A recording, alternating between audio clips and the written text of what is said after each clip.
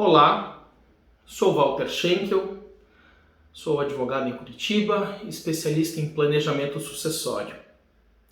Quero conversar contigo sobre o seu planejamento sucessório e sobre algumas cláusulas de garantia que te dão a garantia de que o planejamento foi bem feito, bem realizado. E quero te contar algumas histórias para assim exemplificar as situações. Quero conversar contigo, quero te falar sobre a cláusula de usufruto, que já é muito conhecida, muitas pessoas já têm gravado nos seus imóveis a cláusula de usufruto. E ela é uma boa garantia, mas quando bem usada. Eu conheço uma situação onde a Maria, dona do imóvel, doou para o José, seu filho, esse imóvel e colocou na matrícula do imóvel, então, a cláusula de usufruto, onde ela poderia usar, gozar, fazer o que quisesse com o imóvel, desde que ela não vendesse e não doasse. Ela não pode fazer isso, mas ela pode usar, pode alugar, pode receber os frutos desse imóvel. E assim ela acreditou que estava tudo resolvido, que o seu filho não precisaria fazer o inventário e que ela estava segura, então, naquele imóvel que já era do filho dela, mas que tinha o usufruto para ela. Para fazer isso, ela pagou o imposto de doação, que no Paraná é de 4% sobre o valor do imóvel.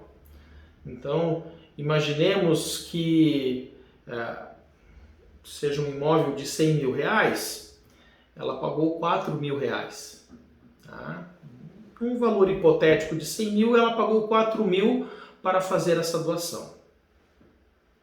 Com o passar dos dias, ela percebeu que o seu filho começou a tomar algumas decisões que ela não concordava e acendeu uma luz amarela.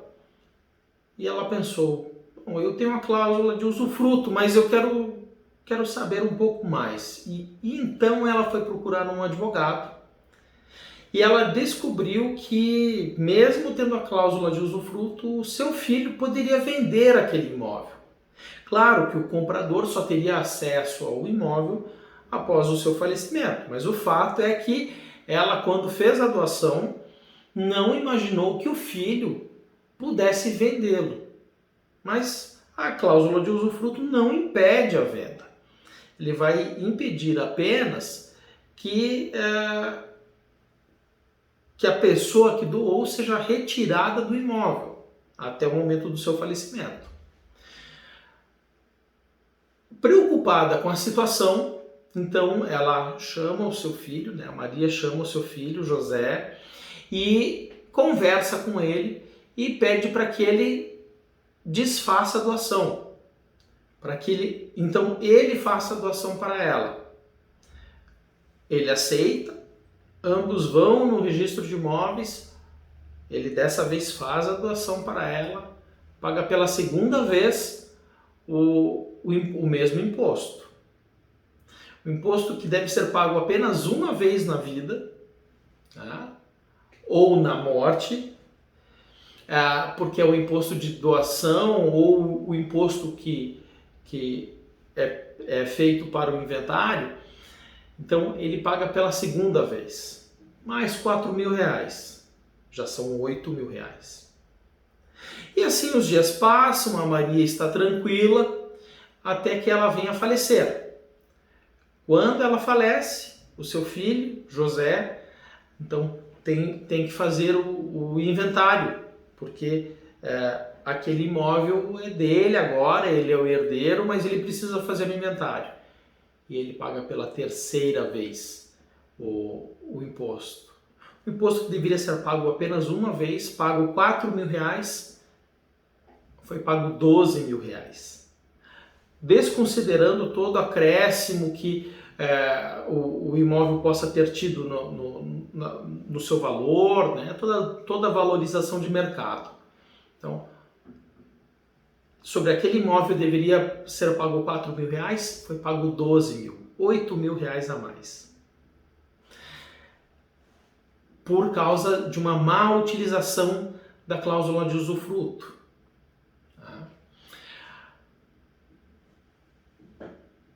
Quando um bom planejamento sucessório é feito, ele é feito sim com a cláusula de usufruto. Mas junto com a cláusula de usufruto, vem diversas outras cláusulas que garantem que o usufruto então fique mais robusto e assim a pessoa que faz a doação ela não se sinta desprotegida, mas ela se sinta bastante segura com o que está fazendo. Inclusive, independente da situação de vida em que o seu filho esteja, de como ele tem agido com o seu dinheiro. Tá? Num planejamento sucessório eficaz, eficiente, você vai pegar os seus imóveis, ou no caso da Maria, vai pegar o seu único imóvel e vai abrir uma empresa e vai integralizar esse imóvel como capital social dessa empresa. Então, agora a Maria já não tem mais um imóvel no seu nome, no CPF.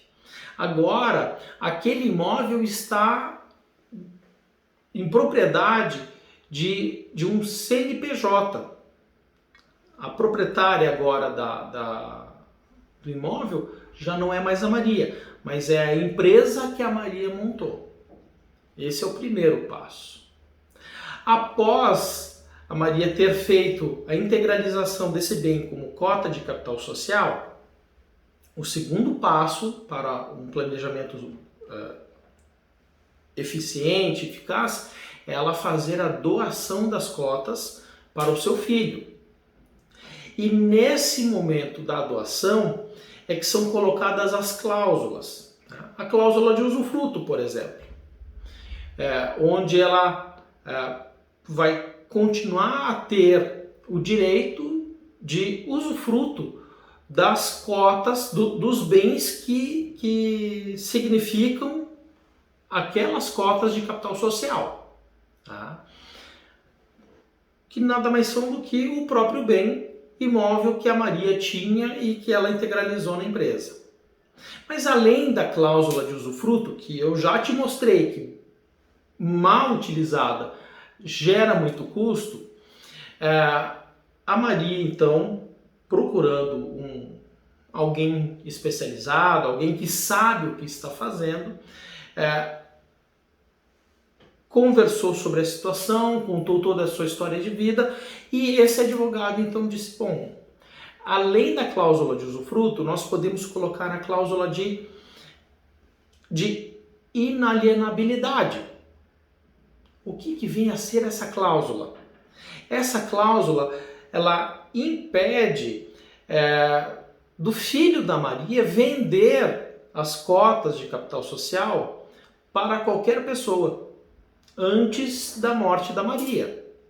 Lembra que era justamente esse o medo dela? Nesse momento, então, o advogado explicou que com essa cláusula, ainda que o José tivesse uma boa oportunidade de vender as cotas, ele não poderia, porque na montagem da empresa e no momento da doação, a cláusula de inalienabilidade foi colocada. E aí não caberia a ele vender essas cotas. Mas aí a Maria percebeu que o seu filho José começou a se interessar por uma moça.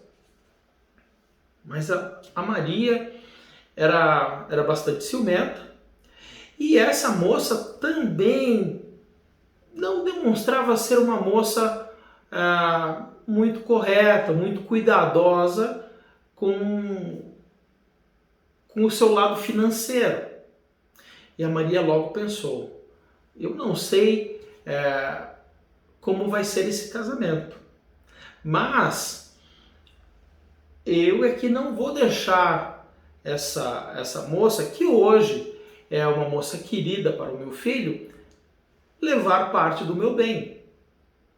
Bom, para resolver essa situação, ela colocou a cláusula de incomunicabilidade, que é a cláusula que diz que o bem doado é doado apenas para o herdeiro e não se comunica com os bens que o cônjuge, né, a esposa ou o marido venham a ter durante a vigência do casamento, independente do regime de bens, se comunhão parcial, comunhão universal, separação total, não importa. O fato é que com essa cláusula de incomunicabilidade, esse bem imóvel ele passa direto do filho para o neto, né? Ou da filha para o neto. Ele não vai se comunicar com os bens do cônjuge, com os bens do genro ou da nora, né? No caso da nora da Maria.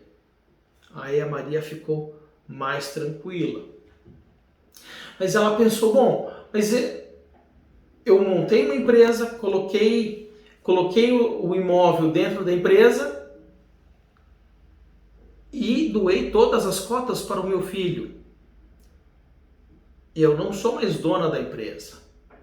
De fato, no planejamento sucessório eficiente, a pessoa não tem nada. A pessoa que está planejando, né, a sua sucessão, ela não tem nada no seu nome.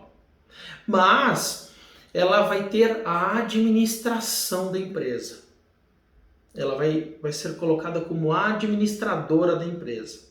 E, para tanto, ela vai ter a cláusula de mandato, que é uma cláusula que garante a ela, garante a Maria, o direito dela comandar a empresa da maneira como ela quer, da maneira como ela deseja, sem que ela precise pedir permissão para o filho.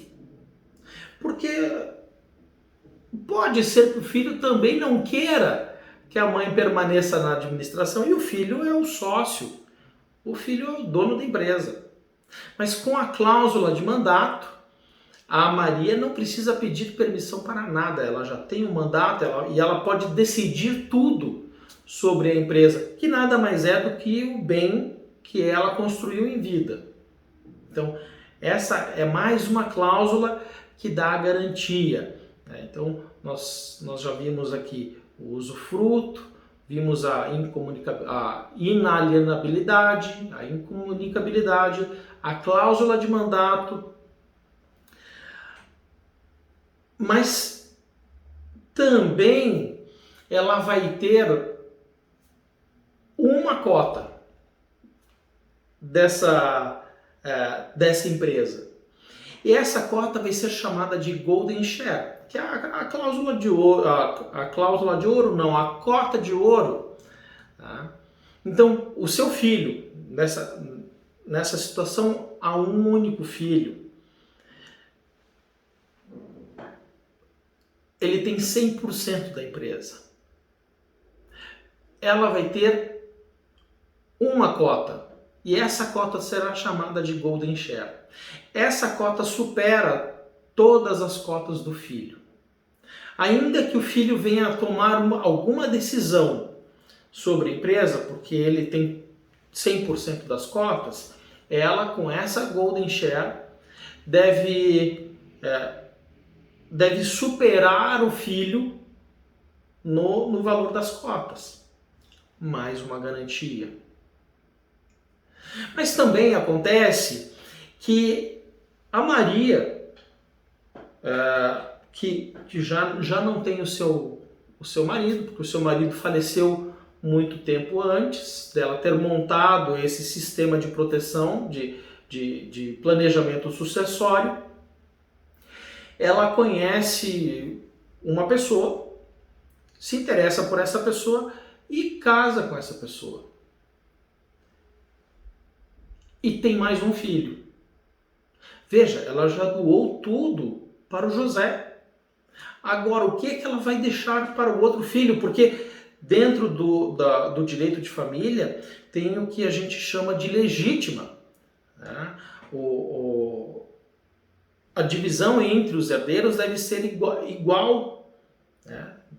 Em 50% de tudo que a Maria tem, ela tem que deixar igual para os filhos, né? Os outros 50% ela pode doar para quem ela quiser, ela pode fazer um testamento ou pode fazer um planejamento, que essa é a situação. Mas enfim, nasce então, ela já tem o José, que é o filho mais velho, e agora nasce o segundo filho, bem depois do nascimento do primeiro, o João. E como ela vai fazer? Bom, ela pode fazer a reversão total das cotas, ou pode fazer a reversão de parte das cotas. Como ela vai permanecer com a empresa e vai deixar o José com metade das cotas, ela só vai chamar para si a outra metade, os outros 50%. E aí faz a doação então para o João. Agora ela é administradora de uma empresa onde José tem 50% e o João tem 50%. Os seus dois filhos. Percebe como a Maria tem total controle sobre esse sistema de planejamento? Enquanto ela estiver viva, ela pode agir da maneira como ela quiser. Ela não é dona, mas ela pode agir como se dona fosse. E assim ela segue agindo, assim ela segue fazendo. Aí acontece que o filho da Maria, o filho mais velho, o José, é empresário. E durante a pandemia, ele passa por dificuldades. A sua empresa começa a ir não tão bem, ele tem alguns problemas de ordem trabalhista com os seus funcionários, a empresa lá é processada. E então, o que acontece? O processo trabalhista vai se seguindo e chega o momento em que José perde a ação. Ele perde a ação trabalhista como proprietário, como dono da empresa, ele perde a ação e ele tem que pagar. Só que a empresa dele quebrou, ele não tem mais nada da empresa. Bom, o advogado dos empregados vai pedir para fazer uma busca e descobre que o José é sócio em uma empresa e que essa empresa tem cotas de capital social, que é a Casa da Maria, lembrem disso. Quando o advogado descobre isso, ele leva isso para o juiz e diz: está aqui, penhore as cotas dessa empresa. E então o juiz vai penhorar. Só que ele descobre que não pode ser penhorado. Não pode ser penhorado porque quando foi feita a doação, o advogado, que sabia o que estava fazendo, colocou a cláusula de impenhorabilidade.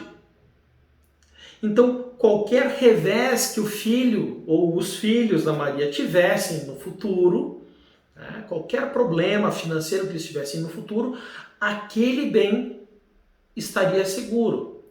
Aquelas cotas de capital social estariam seguras. não, nem mesmo a justiça poderia tocar nelas.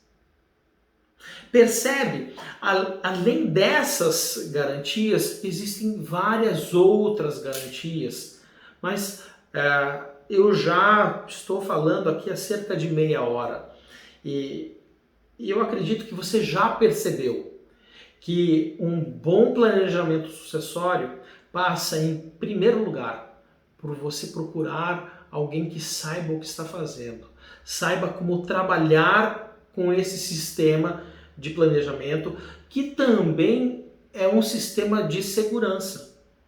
Porque mais do que o planejamento, o que a gente procura oferecer é segurança. Para quem vem me procurar e vem conversar comigo,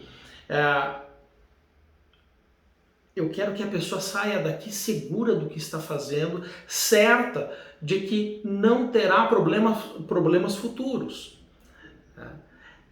Então, aqui estão colocadas algumas cláusulas de proteção que você pode ter ao fazer um planejamento sucessório eficiente. Um planejamento sucessório que te dê a garantia que depois do seu falecimento a sua família vai estar em paz, vai estar tranquila. E para terminar, talvez você fique pensando, tá, mas eu sou o administrador da empresa. Eu não tenho mais nenhum bem. Mas e depois, quando eu falecer, o que é que acontece? Bom, depois você vai ser sepultado, a sua família vai sentir a sua falta, vai sofrer com a sua perda, mas em termos jurídicos, não vai ser necessário fazer inventário, não precisa sequer procurar advogado. Basta levar a certidão de óbito, apresentar a certidão de óbito na junta comercial e pedir a troca da administração da empresa. E no caso da Maria, então, no momento em que a Maria falecer, o José e o João, que são os filhos, vão decidir, bom, vamos manter a empresa? Se vamos manter a empresa, quem vai administrar? E para não ter esse problema, inclusive, a Maria pode decidir quem vai administrar a empresa. Ela pode decidir pelo José, pode decidir pelo João, ou pode decidir por uma outra pessoa mais capacitada que os dois para administrar os bens. Mas eles decidem entre si quem vai administrar. Ou eles decidem, olha, agora que a mãe já faleceu, eu quero ficar com a minha parte, você fica com a sua. Simples. Eles podem ou fechar a empresa, extinguir a empresa, ou eles podem simplesmente fazer a cisão da empresa. E assim, cada um vai ter a sua cota de capital social na sua empresa. E vão seguir a vida sem precisar fazer inventário, sem precisar discutir quem fica com o quê, quando e como, porque tudo isso já foi resolvido em vida pela Maria de forma bastante eficiente. Então, eu te convido a pensar nesse planejamento sucessório eficiente. Não pense em doação em vida, não pense em testamento, pense que você pode de fato fazer um planejamento que te dê segurança em vida, que te faça gastar menos e que ao final da sua vida você saiba, você tenha a garantia de que não haverá discussão entre os seus herdeiros. Pense nisso. Até mais.